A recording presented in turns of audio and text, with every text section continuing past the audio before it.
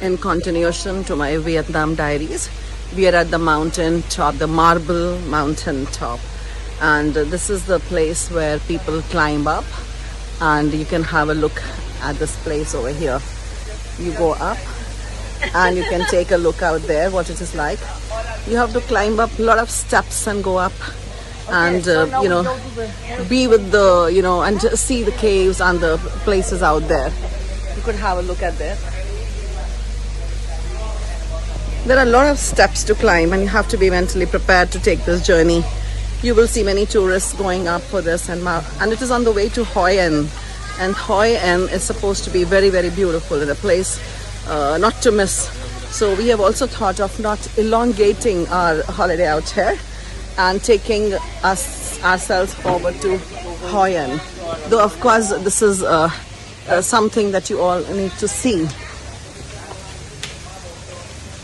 We are at at this place where this journey begins, and I think we need to see that this is the beautiful place and the entry to the Marble Mountain.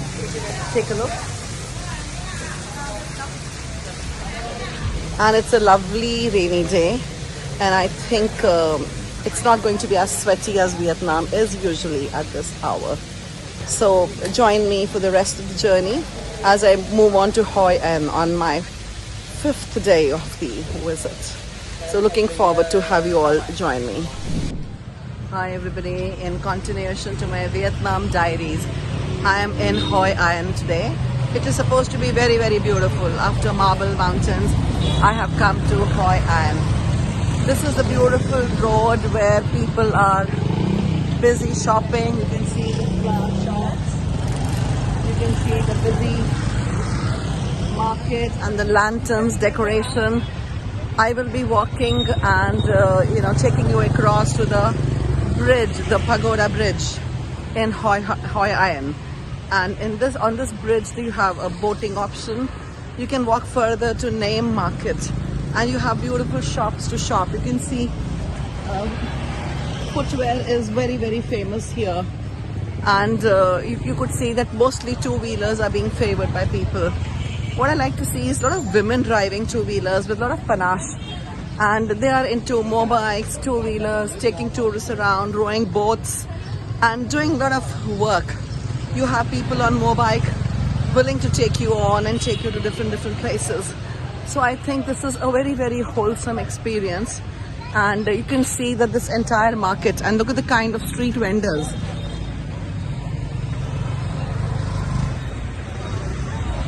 You have street vendors with their typical hats on there, wearing those hats. And, all around you will see those lanterns being sold. And the women here are extremely well kept, well preserved. Their figures are so good, they don't even seem to be their age. Look at them on cycles. You have to look at them on two-wheelers. They're, I think, working harder than men out here and doing a lot of work. The country has been preserved well. It is beautiful. I think the roads are good. It is having a lot of clean toilets. It is visitor friendly. And I think they have learned the art of tourism, which I think we also need to catch up with. So I think high time that we also look in this direction and develop tourism. What we could do is work a bit on the cleanliness part and make things like cycles available, and make things like scooters available for free riding, make free footpaths for people.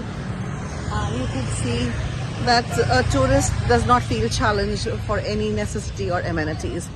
And of course now walking towards the Hoi An Bridge and the Pagoda Bridge.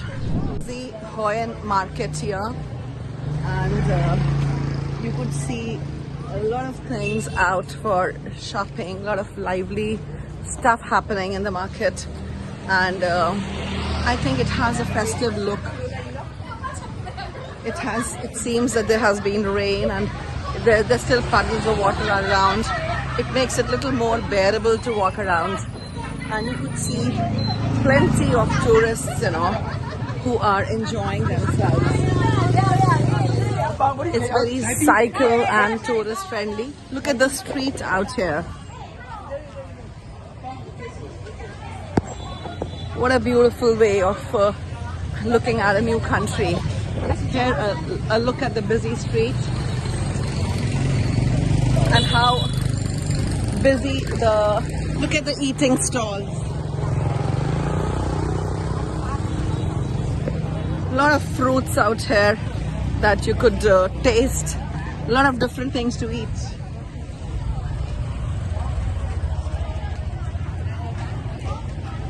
I think the mangoes here are to die for. So I think make your trip worthwhile when you come to Vietnam. Look at the Hoi Minh River, and it has a beautiful facade. You can see so many lanterns out here. The shops are so beautifully decorated, and you can see the river flowing by, and you could see a lot of people for the boat rides taking you around. And it's peaceful. If you look at it, it's peaceful. Look at the boat rides happening. Look at how it is all lighted, festive, and the river looks reasonably good. Hoi Minh River, reasonably big, and I think the bridge is there. You can see the bridge, and I think there's a bit of drizzle happening, so the crowd is getting a little less, but you can see festive look all around, and you can see the boats ready to take on. Take a look. Take a look. Take a look. What a beautiful place to be. And I think I just might go for a boat ride in Hoi Minh River, and wish you all could also join me.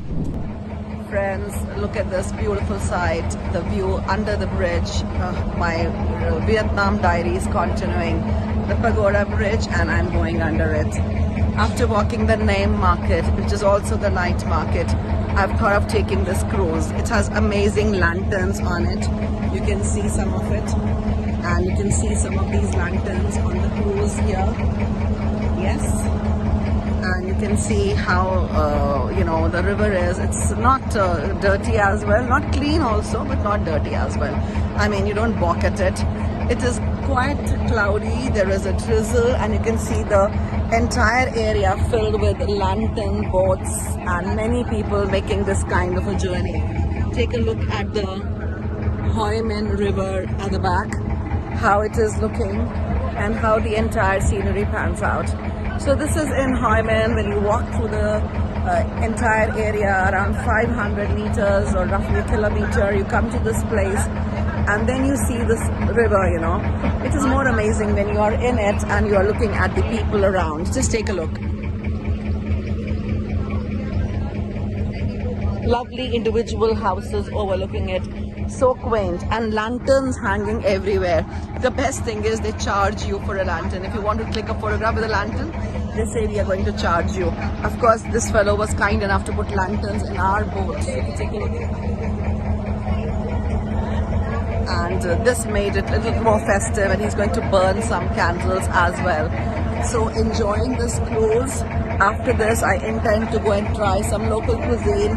Probably being a vegetarian, I might not try a lot of their pots, but I'm going to definitely look at their sticky rice, their sauces, their soups, and their veggies, their salads, and of course, absolutely looking forward to it. So this is the 5th day of my Vietnam diaries, or almost the 6th day, and I am having a whale of a time and a ball of a time, and I think you all should make this trip. Sooner the better. So friends, in this continuation of our Vietnam diaries, we are going up to Bana Hills, and this is considered to be the longest ropeway in the world, single ropeway. Take a look at the cable cars.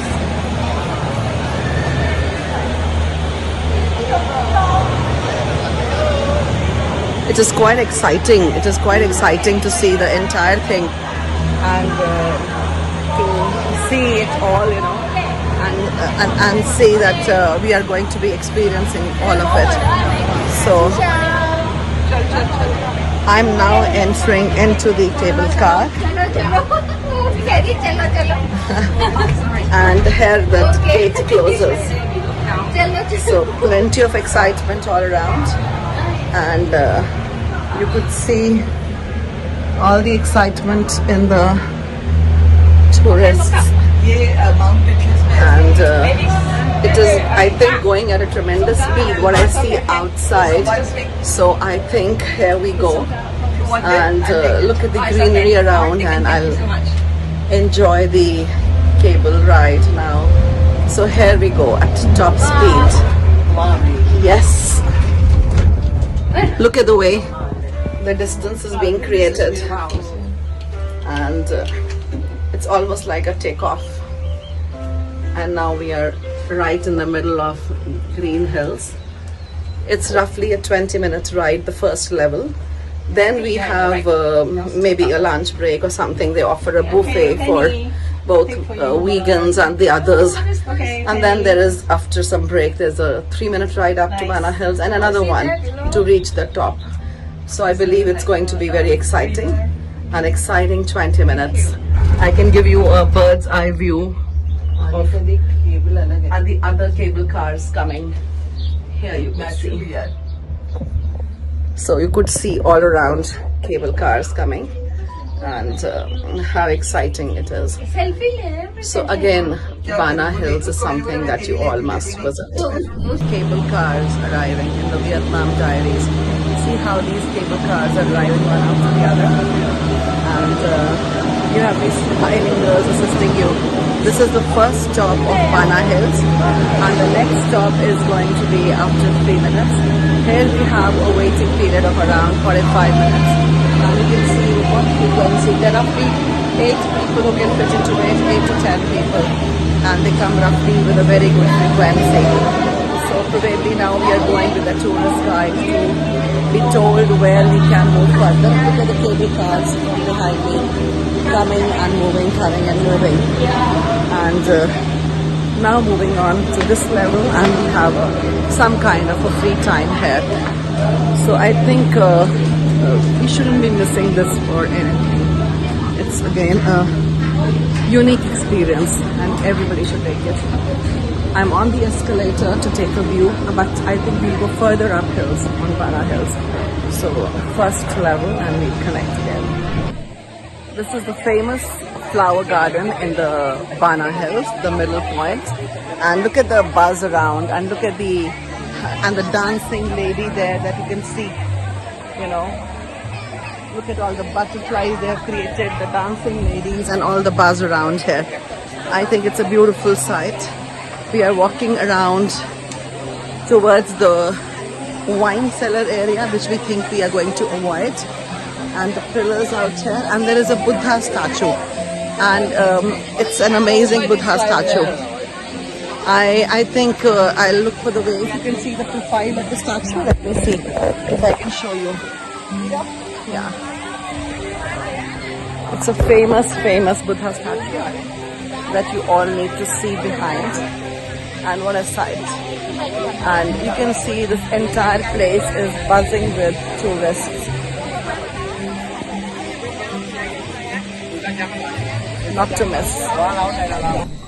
Now in Bana Hills, walking up to the famous Buddha statue, you could see all the tourists who are coming here, and I will try to see if I can capture Buddha behind me. Let me see.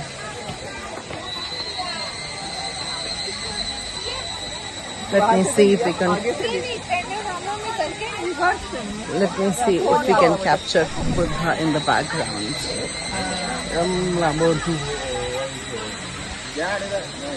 This is the famous Buddha statue. Now you can see him in the background. High and very, very famous. People walk here all the time to seek his blessings. And I think this is something that we all need to see and we can't miss. So looking at the famous Buddha, and I can see if I can capture it behind me. Yes. Hello friends, in continuation with my Vietnamese diaries, I'm entering on the Golden Bridge, which has the famous hand, and You can see the famous hand where it seems the bridge is on the hand. Take a look. It seems the entire bridge is on a hand. And this is so beautiful.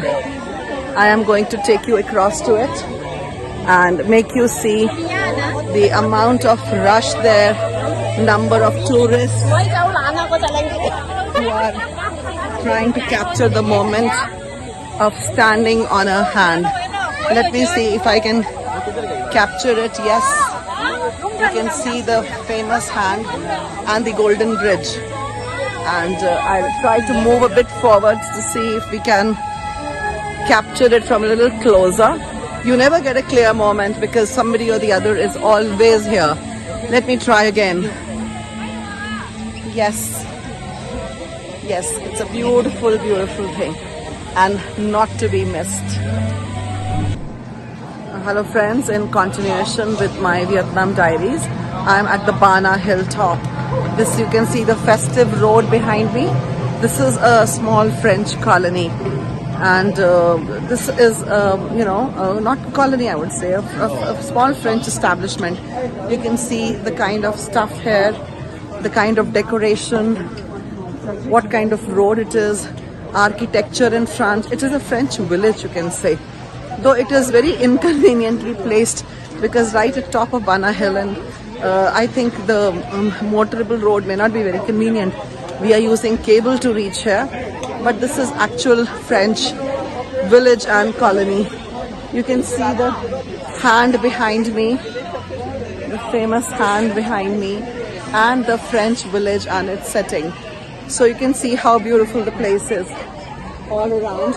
Of course, there is some construction work also happening here, and I'll give you again a panoramic view of it. Take a look at the French village, the entry, new hands being made where something new is going to come up. And again, a beautiful portion of the French village. So do go to Bana Hills and see all of it. Then I'll continue in the next. Friends, look at this famous French village and the crowd that is there. Look at the French village and the facade. It's so known for it, and this village is the epicenter of all activity, all joy.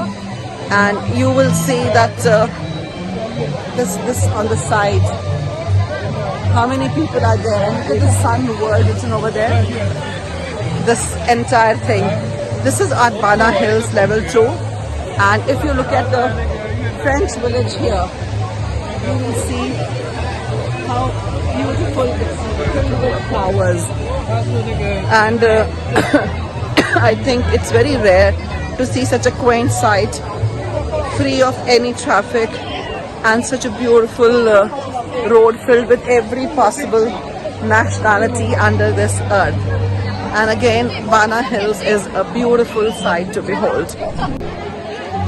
Now if you look at, it started raining a little in the Bana Hills French village.